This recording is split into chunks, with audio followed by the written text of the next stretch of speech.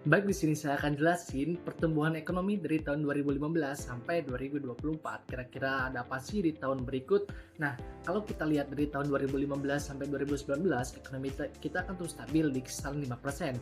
Karena pertumbuhan PDB juga tuh di kisaran 5%. Konsumsi rumah tangga kuat, investasi jalan, dan pemerintah juga aktif membangun infrastrukturnya. Nah, tapi ketika kita memasuki pada tahun 2020, tiba-tiba semuanya berubah. Pandemi COVID-19 bikin kegiatan ekonomi itu berhenti total. Orang-orang nggak belanja, perusahaan menunda investasi, ekspor turun, dan akibatnya pertumbuhan ekonomi itu anjlok ke angka yang minus. Ini jelas banget contoh resesi pasti Keynes di mana ekonomi lesu karena permintaan turun.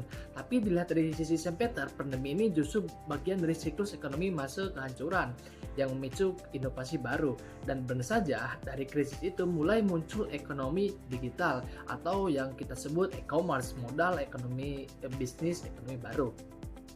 Masuk pada tahun 2021, ekonomi itu mulai bangkit lagi. Pemerintahan tuh kasih stimulus ke masyarakat dan bantuan sosial untuk mendorong belanja besar-besaran.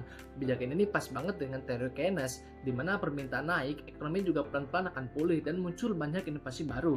Ini sesuai banget dengan konsep inovasi telah krisis dari Schumpeter. Nah, dari tahun 2021 sampai 2024, ekonomi Indonesia tuh kembali stabil di kisaran 5%. Konsumsi pulih, investasi tumbuh, infrastruktur ekonomi itu makin kuat. Menurut Keynes, ini karena permintaan agregat sudah seimbang lagi. Sementara Schumpeter, ini bakal dibilang gini, ini adalah fase recovery ketika inovasi baru udah menghasilkan pertumbuhan yang berkelanjutan. Jadi bisa dibilang gini, kalau Keynes itu jelasin bagaimana ekonomi dijaga biar nggak jatuh, sementara Schumpeter itu jelasin bagaimana ekonomi itu bangkit lewat inovasi.